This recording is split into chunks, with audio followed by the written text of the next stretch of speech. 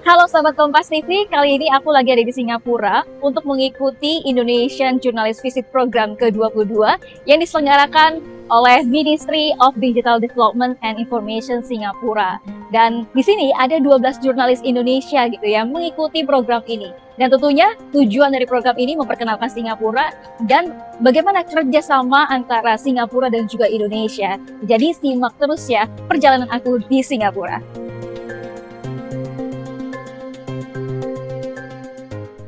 Singapura merupakan negara kecil, namun telah terintegrasi dengan AI dan teknologi. Bahkan, Singapura menjadi pusat teknologi termuka di Asia Tenggara yang didukung oleh kolaborasi kuat antar pemerintah, infrastruktur digital yang canggih seperti AI, pusat data, dan digitalisasi ekonomi. Di hari pertama Indonesian Journalist Visit Program ke-22, 12 jurnalis dari Indonesia berdiskusi langsung dengan Menteri Josephine Teo mengenai penerapan AI dan transformasi digital di Singapura. Di sesi ini, saya bertanya kepada Menteri Josephine Teo mengenai apa yang harus dilakukan oleh sebuah pemerintah untuk mengatasi gap terhadap akses digitalisasi. Apakah hal pertama yang harus diprioritaskan, seperti infrastruktur, skill digital, atau regulasi? Menurut Menteri Pengembangan Digital dan Informasi Singapura, Josephine Teo, setidaknya ada 5 strategi yang harus diperhatikan oleh pemerintah untuk pengembangan digital, yaitu pertama, infrastruktur terkait dengan akses digital, kedua, kemampuan perusahaan, ketiga, kemampuan pemerintahan untuk mengelola digital dan AI, strategi keempat adalah regulasi, dan kelima adalah kerjasama internasional. So I would say that when we think about digital, it's roughly these 5 strategies. But the most important question you have to ask is that what are the strategies in service of? What are you trying to achieve in the digital domain? And so when we think about it as part of our Smart Nation, we say that there are really 3 governance objectives. The 5 strategies must come together to help you to do 3 things. Create a digital environment that is trusted. People must feel a sense of confidence using digital technologies, and that comes with safety too. Second, ultimately it is about growth, isn't it? Because people want to have a better life. So what that means is that you're really trying to also grow the range of opportunities for you, individuals who are in the workforce, also for the businesses. So growth is another very important governance objective. The third is something that you risk putting by the sidelines and forgetting about, which is that ultimately we're not just about the economy. There must be a sense of community. You know, why we do all of these things is ultimately for us to stay cohesive, united as a people. So the sense of community when we think about digital governance and what we put efforts to grow must have this sense of community in mind. We don't want to forget the need for people to come together and to stay strong and united together. That at the back of your heads must still be present, and that must therefore also fit into the way you think about norms in society, whether you think they're good or they're not good, and you have to push back at them. So I would say that digital development, similar to AI development, you can have broadly 5 strategies, but you must always remember what the strategies are in service of. And for us, the objectives are really trust, growth, and community. Satu hal yang menarik dalam sesi diskusi ini adalah, menurut Menteri Josephine Teo, dalam era AI seperti sekarang ini, bukan AI yang akan menggantikan manusia, tapi manusia yang tidak beradaptasi dengan AI dan inovasi, manusia itulah yang akan digantikan dengan manusia yang bisa beradaptasi dengan AI dan inovasi. Hari kedua, sebelum kita berkunjung ke pembangkit listrik tenaga sampah di Tuas One, kita makan siang dulu di Jiak 99, sebuah hawker atau pujasera yang berlokasi di dalam kawasan Singapore Flyer, Raffles Avenue. Di sini menyediakan menu berbagai etnis seperti Tionghoa, Melayu, India, hingga khas Indonesia seperti nasi Padang. Halo Sobat Kompas TV, kali ini kita di hari kedua dari Indonesian Visit Journalist Program Singapura. Sebelum ke Tuas One ya, nanti kita akan lihat gimana di sana pembangkit listrik tenaga sampah, tapi kita isi tenaga dulu ya dengan makan siang di Jiak Chow Chow. Nah, kali ini surprise banget ya, ini spesial banget karena ini kalau kita sebut di Indonesia rantang gitu ya, tapi kalau di sini bilangnya tingkat. Dan di sini ada ceritanya gitu ya. Di sini ada tingkat pertama, nanti ada tingkat kedua, dan juga ada tingkat ketiga. Kita lihat isinya apa ya. Oke, kita lihat ya isinya apa ya buat makan siang kita di rantang ini. Di tingkat pertama kita lihat ada nasi lemak ya, di sini ada nasi lemaknya, kemudian juga ada sambal-sambalnya, ada sambal terasi, kemudian juga ada sambal belacan ya masalah. Oke, kita ke tingkat kedua ini ada apa namanya, ini khas India ya, ada roti prata dan juga lain-lainnya. Nah, ini di rantang ketiga yang terakhir ada kue ya. Jadi setnya kuenya mantap ya. Oke, kita makan dulu ya, coba ini satu-satu. Jiak 99 bukan restoran biasa. Tempat ini merupakan atraksi budaya kuliner interaktif yang memperkenalkan sejarah dan keberagaman makanan khas Singapura melalui pameran, storytelling, demonstrasi, serta sesi mencicipi makanan. Pengunjung dapat mengenal warisan kuliner dari budaya Tionghoa, Melayu, India, dan Peranakan dalam satu pengalaman.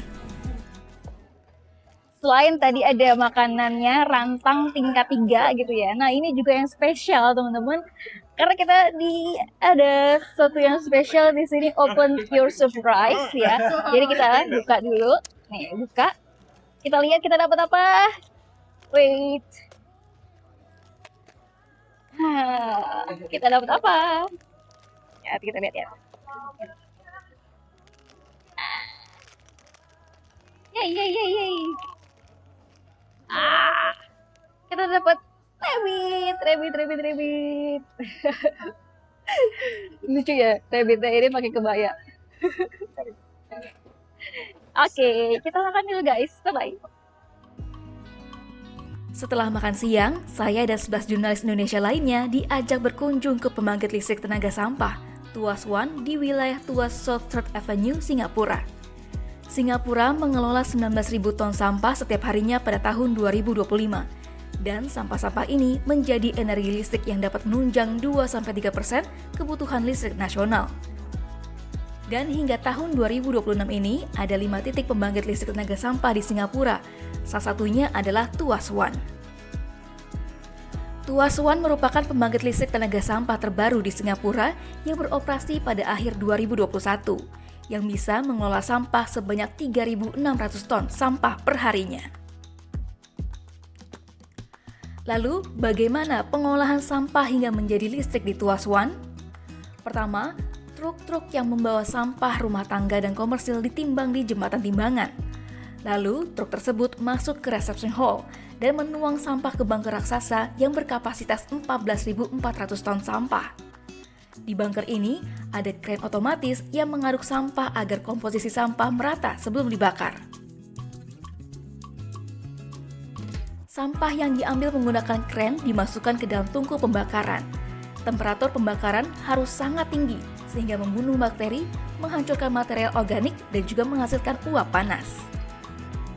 Uap panas ini digunakan untuk memutar turbin sehingga terhubung ke generator yang menghasilkan listrik. Sebagian listrik dipakai untuk kebutuhan operasional pabrik, sedangkan sisanya disalurkan ke jaringan listrik nasional Singapura. Yang menarik, gas hasil pembakaran sampah juga dibersihkan, sehingga emisi gas memenuhi standar lingkungan Singapura. Sisa dari pembakaran sampah seperti abu dan logam besi dipisahkan untuk didaur ulang. Abu sisa diangkut ke Tuas Marine Transfer Station dan kemudian dibawa menggunakan kapal menuju Semakau Landfill. Tadi kita udah ke Tuas One, yaitu ada pembangkit listrik tenaga sampah, dan kali ini kita akan bertemu dengan Minister of State for Trade Industry, Gan Xiao Huang. Dalam diskusi bersama Menteri Negara untuk Bidang Perdagangan dan Industri Singapura, Gan Xiao Huang, dibahas mengenai apakah ada kemungkinan kerjasama antara Indonesia dan Singapura dalam hal pengelolaan sampah menjadi energi. Firstly, there's a lot of waste that's being built up, right? In Singapore, in Indonesia, in many countries, and we need to do something about this waste. Otherwise, it can affect the local communities, it can affect the environment. So we need to do something about these wastes, right? And better still, if we can convert this waste into energy, then it helps to address our other challenge of energy security, diversity of energy sources. I believe there is a Singapore deep tech company, Crack Tech, I think. I don't really know how to read it, but CR Tech that has a project with Pertamina. Maybe somebody can help me look. Yeah, it's to convert biogas to biomethanol. Biomethanol is a sustainable marine fuel. Yeah, and the biogas, I think that in Indonesia, it comes from the palm oil, what do you call that? The mills. There's some waste created from those palm oil mills.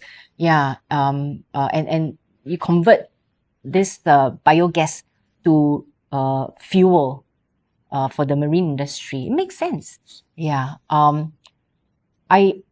I think not just in the production, but we can also do joint research. Our A-Star in Singapore is committing a lot of resources, and forming partnerships with scientists, not just locally, but, welcome partnerships with researchers, industries in other countries, Indonesia, certainly.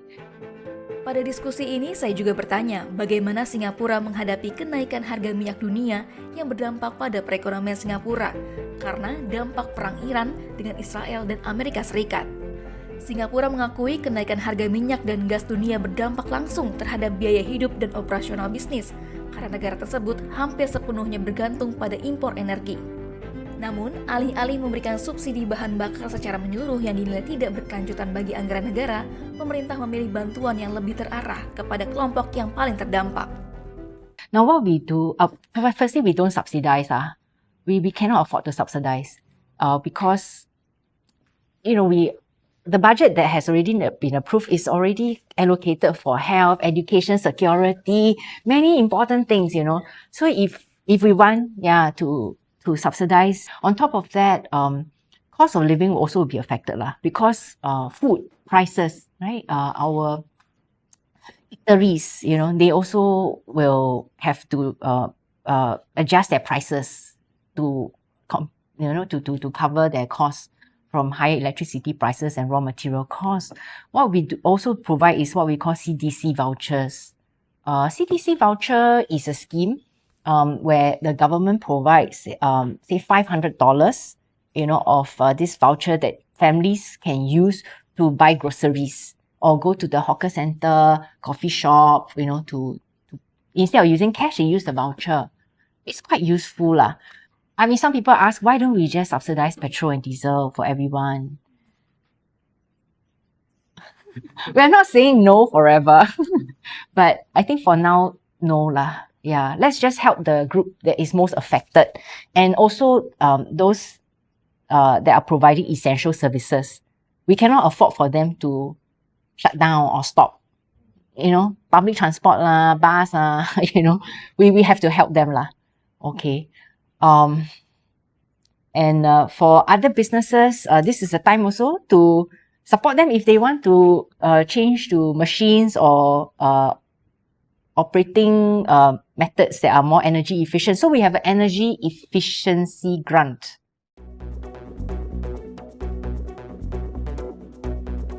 Di hari ketiga Indonesian Journalist Visit Program ke-22, kami diajak berkunjung ke Pusat Informasi Maritim Singapura atau Information Fusion Center untuk melihat bagaimana kerjasama Singapura dan Indonesia dalam bidang pertahanan dan keamanan laut. Halo Sobat Kompas TV, di hari ketiga ini kita ke Informasi Fusion Center ya, di mana ini adalah pusat informasi dari Singapura khususnya untuk kolaborasi maritim. Jadi misalnya kalau ada kapal Indonesia yang dibajak di perairan dekat dengan Singapura, ini dari IFC Singapura akan memberitahukan informasi kepada TNI kita ataupun Angkatan Laut kita gitu ya, untuk segera memberikan informasi terkait dengan kasus-kasus tersebut. Dan juga kalau misalkan ada penyelundupan sabu ataupun penyelundupan narkoba ini juga dari Information Fusion Center akan langsung memberikan informasi kepada Angkatan Laut kita supaya bisa langsung mengintercept ya kapal-kapal yang akan menyelundupkan narkoba ke perairan Indonesia. Information Fusion Center ataupun IFC merupakan pusat pertukaran informasi keamanan maritim milik Republic of Singapore Navy yang menjadi salah satu pilar utama keamanan jalur pelayaran di Asia Tenggara. Meski berbasis di Singapura, fungsi IFC bersifat regional dan internasional karena melibatkan puluhan negara serta berbagai lembaga keamanan maritim. IFC resmi beroperasi pada 27 April 2009 dan berlokasi di Changi Command and Control Center di Singapura. IFC tidak mengendalikan operasi militer secara langsung. Perannya adalah sebagai information sharing hub yang menghubungkan Angkatan Laut, Coast Guard, kepolisian, bea cukai, hingga perusahaan pelayaran sehingga seluruh pihak memiliki gambaran situasi maritim yang sama. IFC memonitor berbagai ancaman keamanan maritim antara lain yaitu perlompakan dan perampokan kapal, terorisme maritim, penyelundupan narkotika dan senjata, penangkapan ikan ilegal, perdagangan manusia dan juga migrasi ilegal, serta aktivitas kapal yang mencurigakan di jalur pelayaran internasional. Keunikan IFC adalah keberadaan International Liaison Officers ataupun ILO dari berbagai negara yang bekerja bersama personel RSN di satu ruangan. Mereka menjadi penghubung langsung dengan negara asalnya sehingga pertukaran informasi dapat berlangsung sangat cepat ketika terjadi insiden di laut. Hingga tahun 2024, IFC memiliki 26 ILO dari 20 negara serta jaringan 143 mitra di 57 negara. Halo Sobat Kompas TV, kali ini aku lagi ada di IFC yaitu Information Fusion Center ya. Nah, sekarang langsung aja kita tanya-tanya apa sih secara lengkapnya gitu ya IFC. Halo. Hi. What's your name and what's your role in IFC? I'm Major Tan Biling. My role at the IFC is I'm a head engagement of the center. Okay.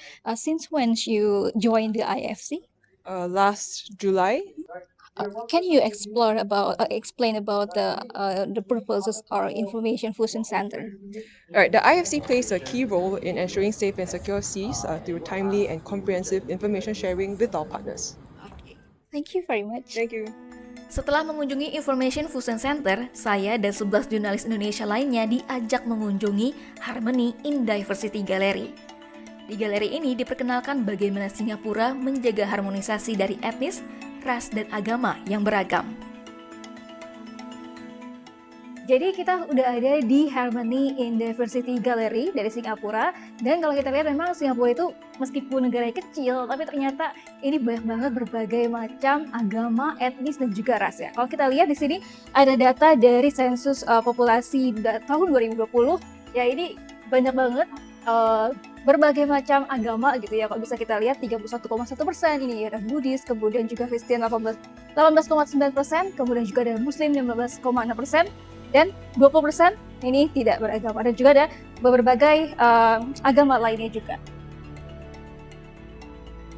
Galeri ini bukan sekedar memperkenalkan berbagai agama di Singapura, melainkan menjelaskan mengapa harmoni ini menjadi fondasi keberhasilan Singapura sebagai negara yang multikultural. Adapun 5 pesan utama dari galeri ini yaitu keberagaman adalah kekuatan tetapi juga bisa menjadi sumber konflik. Seperti yang pernah terjadi pada kerusuhan kasus Maria Hertogh pada tahun 1950 dan kerusuhan ras pada tahun 1964. Maka dari itu, harus fokus pada persamaan, bukan pada perbedaan, serta membangun harmoni dalam ruang bersama seperti sekolah, lingkungan, tempat kerja, dan juga ruang publik. Pemerintah, komunitas, dan warga memiliki peran yang sama untuk menjaga keharmonisan antara masyarakat yang multikultural dan multi-agama. Di galeri ini, kita juga diminta untuk menuliskan harapan untuk menjaga keharmonisan dalam keberagaman. Nah, itu doa dan juga harapan. Semoga ini dunia menjadi lebih toleransi ya. Nah, itu tadi kita udah lihat gimana dari Harmony in Diversity dari Galeri Singapura. Dan tentunya nanti kita akan ke agenda selanjutnya, yaitu kita jalan-jalan di Singapura. Ke Singapura, tidak lengkap rasanya kalau nggak jalan-jalan. Namun kali ini jalan-jalannya penuh dengan nuansa napak tilas dan nostalgia. Karena saya dan para jurnalis lainnya diajak menyusuri sejarah dari wilayah Teluk Ayer hingga ke Tanjung Pagar. Di sepanjang Jalan Teluk Ayer, kita melewati Nagore Dargah yang merupakan pusat heritage Muslim India. Dulunya gedung ini adalah pemakaman, namun saat ini digunakan sebagai pusat heritage. Di sebelahnya terdapat kuil Tian Hock Keng. Kuil Tian Hock Keng bukan hanya tempat ibadah tertua bagi komunitas Hokkien di Singapura, tetapi juga saksi sejarah kedatangan para imigran Tionghoa pada abad ke-19. Disinilah mereka mengucap syukur atas perjalanan laut yang selamat, membangun solidaritas, dan juga meletakkan fondasi komunitas yang kemudian menjadi bagian penting dalam perkembangan Singapura. Kini, kuil ini menjadi simbol warisan budaya, keberagaman, dan harmoni antar umat beragama di negara ini. Menariknya, di depan kuil ini kita bisa langsung berdiri di garis lurus Teluk Ayer yang dipercaya dijaga oleh seekor naga. Dan fun fact-nya, ketika kita melihat langit gedung di seberangnya, akan ada seperti mata naga yang mengamati kita. Napak tilas dilanjutkan ke bangunan-bangunan tua yang sekarang telah digunakan sebagai kafe dan restoran. Seperti bangunan yang dulunya adalah klinik gratis, masjid, sekolah, hingga rumah sakit St. Andrew's Mission yang kini menjadi lifestyle hub bernama Kada. Dan di sini ada lift tertua di Singapura yang dibangun pada tahun 1929. Kita sekarang lagi ada di dalam lift tertua yang ada di Singapura. Kita coba, ini udah bergerak. Udah bergerak, guys. Oke, sudah ada gerakan. Nah, ini dia kesehatan. Lembut banget. Nah, ini kita udah ada sampai di lift keempat ya, lantai keempat. Ke lantai. Kita coba lihat. Pintunya manual ya, kalau mau dibuka itu pintunya harus manual. Wow.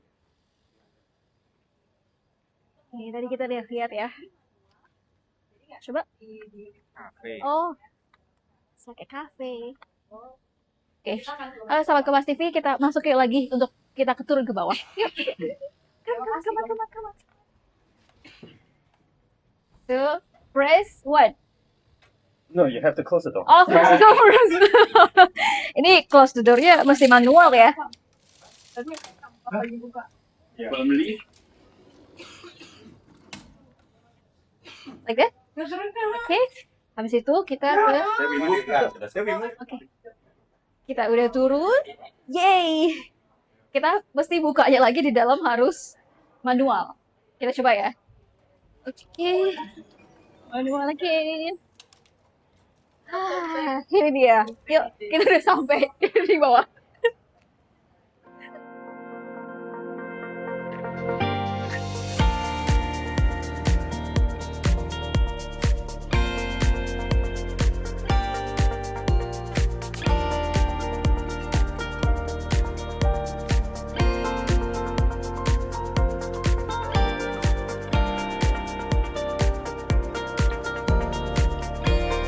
Yang menarik dari perjalanan ini adalah ketika masuk ke permukiman umum warga Singapura. Permukiman di Singapura diatur oleh kebijakan integrasi etnis yang diterapkan oleh Dewan Perumahan dan Pembangunan sejak tahun 1989. Kebijakan ini menetapkan kuota persentase maksimum bagi setiap ras, yaitu Tionghoa, Melayu, serta India atau lainnya, untuk setiap blok dan lingkungan perumahan. Seperti misalnya, kelompok etnis Tionghoa untuk batas lingkungan dapat diisi maksimal 84% dan batas per blok maksimal 87%. Sementara untuk etnis Melayu diisi maksimal 22% batas lingkungan dan batas per bloknya maksimal 25%. Serta kelompok etnis India dan lainnya, batas lingkungan diisi maksimal 12% dan batas per bloknya maksimal 15%. Kebijakan ini bertujuan untuk memastikan pemerataan ras, mendorong integrasi dan keharmonisan di Singapura. Halo Sobat Kompas TV, tadi kita udah jalan-jalan ya. Ini kayak napak tilas dari Teluk Ayer ke Tanjung Pagar. Dan tadi kita lihat udah banyak juga ya bangunan-bangunan yang bersejarah di Singapura ya. Dari tahun 1880-an ya sampai dengan 1960-an. Tadi kita lihat ada klinik, kemudian ada pemakaman, kemudian ada sekolah juga, sampai ke hawkers ataupun kayak pasar itu juga ada ya.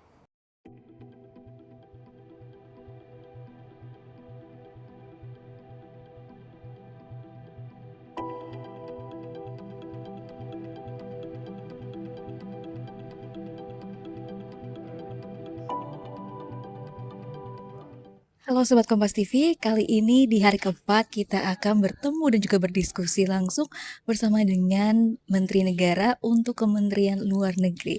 Jadi kita akan simak ya apa aja dari diskusi yang terjadi hari ini. Diskusi di pagi hari keempat dimulai dengan sejumlah isu mengenai hubungan kerjasama Singapura dan Indonesia yang dibangun atas dasar saling percaya, menghormati, dan memahami.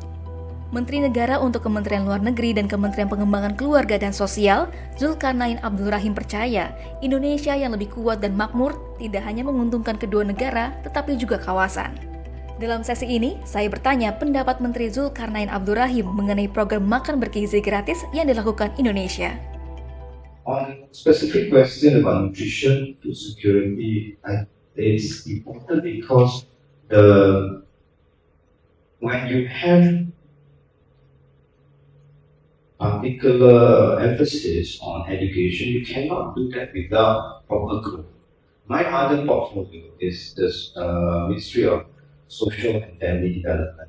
I look at our 20 low-income families, and sometimes it's so difficult to actually get proper nutrition in schools or at home. And previously, some of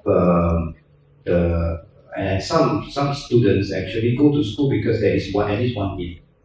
So the program on free is actually essential. I think it's good, and it was. I can share with you that in Selangor, when I met the Sultan of Selangor, they actually have a similar program.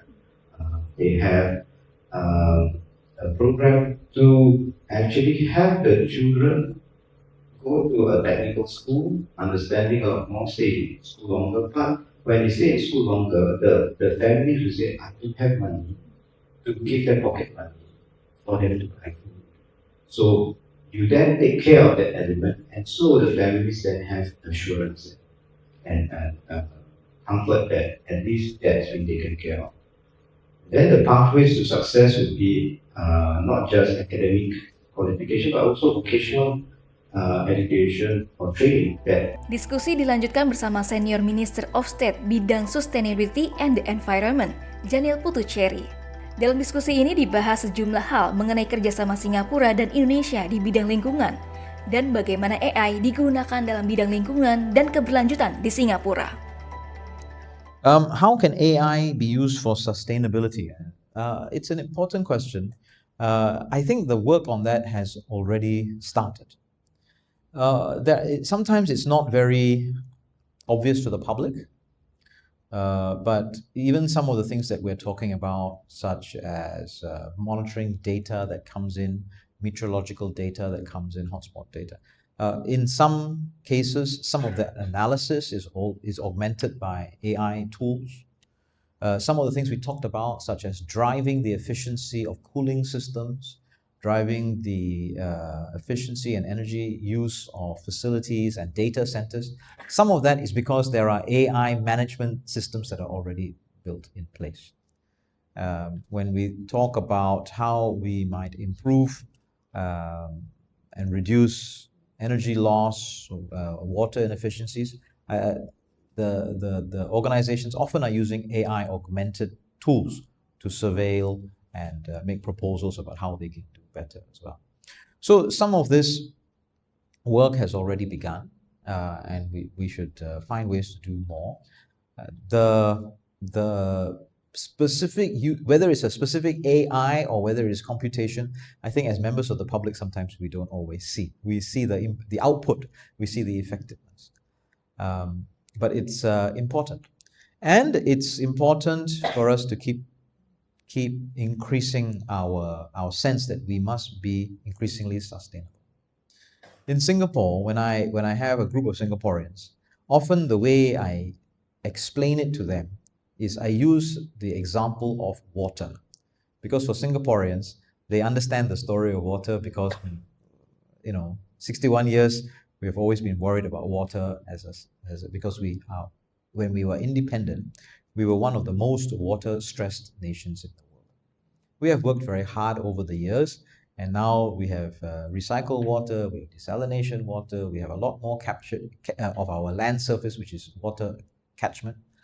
But that still means every year we have to remind Singaporeans, use less water. So even as we have produced more and our resilience has improved, each year Singaporeans have understood, I need to increase my efficiency and I need to waste less and use less water. And we keep saying that as a government, and Singaporeans keep responding by improving their water. Halo Sobat Kompas TV, tadi kita sudah mendengarkan diskusi dari Senior Minister of State ya terkait dengan bidang sustainability dan juga environment. Tadi juga sempat dibahas ini mengenai kebakaran hutan, kemudian ada asap ya, terus kemudian juga ada dan bagaimana AI digunakan di Singapura terkait dengan sustainability dan juga environmentnya ataupun di lingkungannya. Dan dengan AI ini tentunya bisa meningkatkan teknologi dan juga meningkatkan produktivitas dari energi dan juga air. Tapi kemudian juga harus ada pesan dari sustainability-nya ataupun keberlangsungan ya. Di hari keempat ini kita lanjut, malamnya kita ikut belusukan pejabat Singapura di kawasan Boon Lay. Kali ini biasanya kita ikut belusukan pejabat di Indonesia ataupun di Jakarta. Nah kali ini kita ikut belusukan pejabat Singapura. Kayak gimana sih? Yuk ikutin terus. Pejabat Singapura mempunyai waktu khusus bertemu langsung dengan warga. Sesi ini disebut sebagai Meet the People Session. Salah satunya dilakukan di wilayah Boon Lay, di wilayah barat Singapura, yang berada di dalam kawasan perencanaan Jurong West, oleh anggota parlemen sekaligus Menteri Pendidikan Singapura, Desmond Lee. So, Mr. Desmond, can you explain more about the session, the Meet the People session? Is as you member parliament or something like that? Yeah, so the Meet the People session is a weekly session where as a member of parliament from the People's Action Party, because I'm the MP for the area, we hold the Meet the People session in order to speak to residents. Residents who come here face issues. Some are financial issues, some are health issues, housing issues, job, legal, and so on.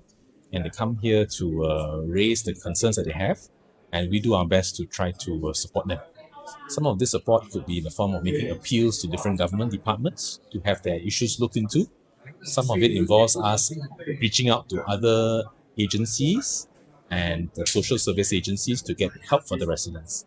And some of it is our own local assistance schemes and programs that we provide to support residents. So that's done every week. So the Meet the People session, we don't just provide assistance by making appeals.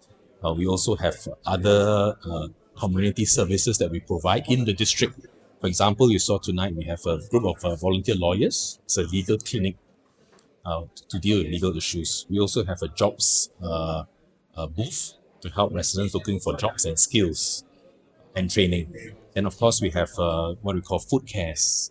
Different districts also have this, where we provide additional groceries to residents who may need extra supplement. And of course, we have volunteer hairstylists who help our seniors who need a haircut as well. So then, of course, other services in other days of the week. How do you give the solution for the people?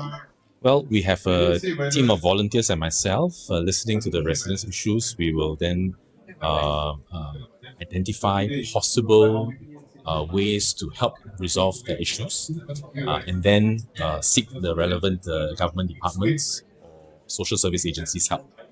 In this digital era, we know that media social like Facebook, email, but you are directly visit the people. The resident can send message to you. Yes. So this is a Meet the People session. It's physical. They come and speak to us. Once a week, we also do house visits. That means we go and knock on doors and ask residents if there are any issues they want to raise. That's physical. We also, on weekends, do walkabouts. That means we walk around the estate and they can always reach out to us physically. So these are 3 physical modes. But in addition to that, we have digital platforms as well. So residents have our email. They also can WhatsApp to an official number if they face issues. They can also call if someone manning the phone. And of course, on social media, Facebook, Instagram, LinkedIn, and other platforms, they can write to us. And then we will then connect with them either digitally, on the phone, or physically. Sekilas, kegiatan ini mirip dengan agenda penyerapan aspirasi masyarakat yang dilakukan oleh anggota DPR maupun DPRD di Indonesia. Namun, jika di Indonesia, kegiatan reses berlangsung pada periode tertentu sesuai jadwal persidangan. Di Singapura, banyak anggota parlemen menggelar Meet the People Session secara rutin di daerah pemilihannya, sebagai wadah bagi warga untuk berkonsultasi mengenai berbagai persoalan sehari-hari.